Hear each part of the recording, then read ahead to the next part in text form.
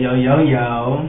I am Deshaun Deron. And I am Will. And this is the What He Said show. Yeah. Y'all, tonight's topic is if you had all the money in the whole world, or if you had all the money you wanted, all the money you needed, if money wasn't an object, what would you buy? How would you spend your money? Would it make you a different person? Would you save it? Would you still do the same thing? Would you still shop at the same places? Would you go to different places that you've never been before? And Will, how do you feel about that? Man, if I had all the money in the world, the money that I ever wanted, you know how many things I could do? Like I would definitely travel. That'll be my main thing. If I do anything for the rest of my life, it'll definitely be traveling to places I've never been. Every weekend.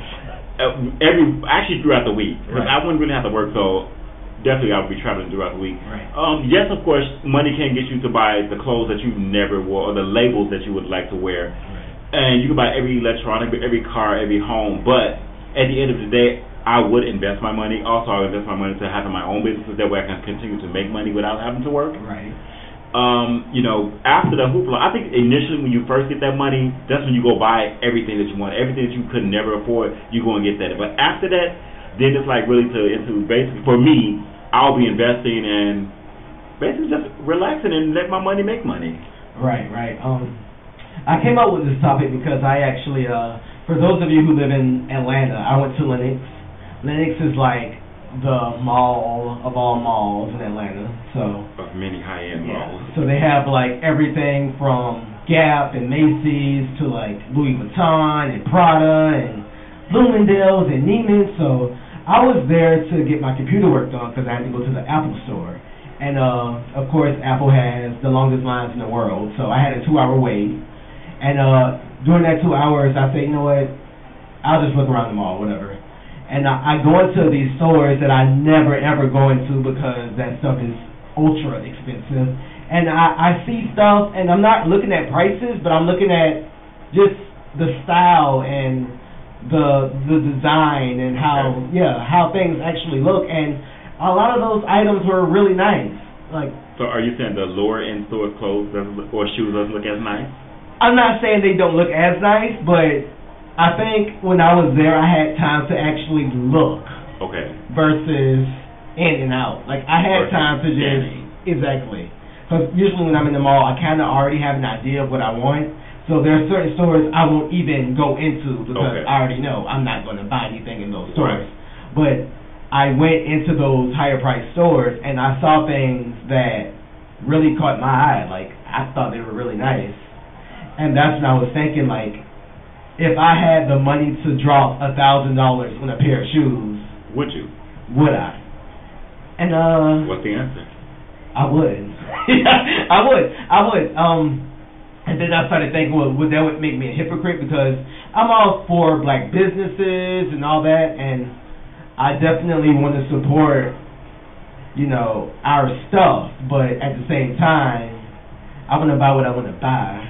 That's true, and there's nothing wrong with that. Right. You don't have to feel bad or like, because it's not black, I'm not buying it. Right. I feel bad buying it. I don't want to box myself in. But with comes money, also comes more opportunities and knowledge, and your range can be broadened. You can find out who are all the black designers. Exactly.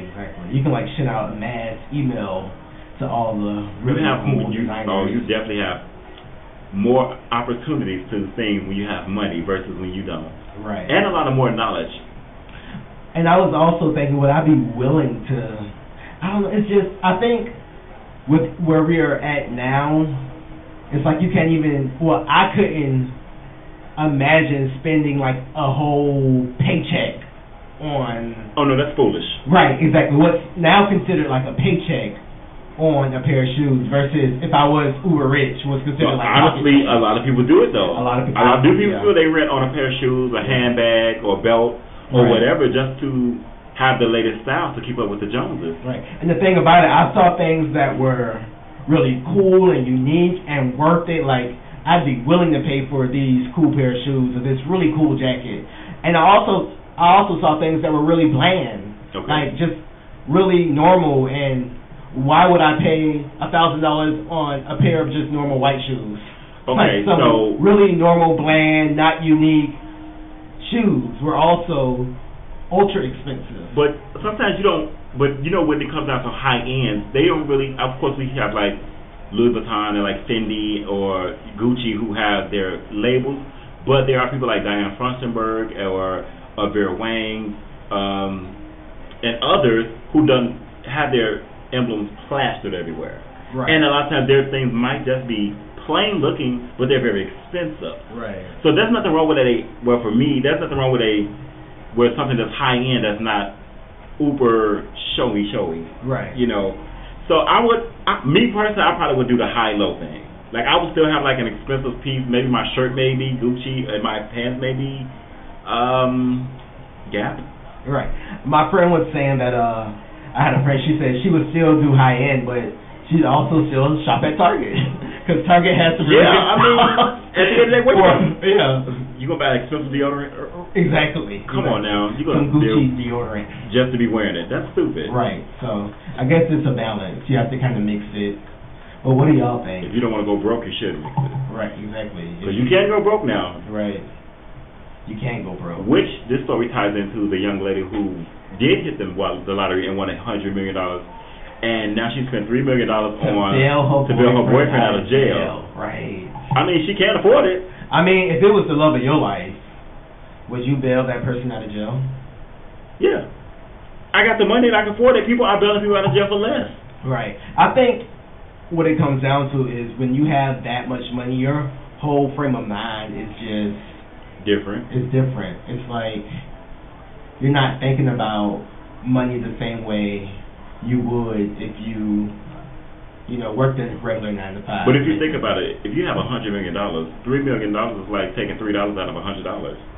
That's very true. Yeah. So it's nothing to her. And everything else still kind of costs the same. But even though it's foolish because of course he was caught up in some drug stuff. But that's her money. She can do what she wants to do. She can do what she wants with her money. But right. Then people like, okay, that means you're funding drugs.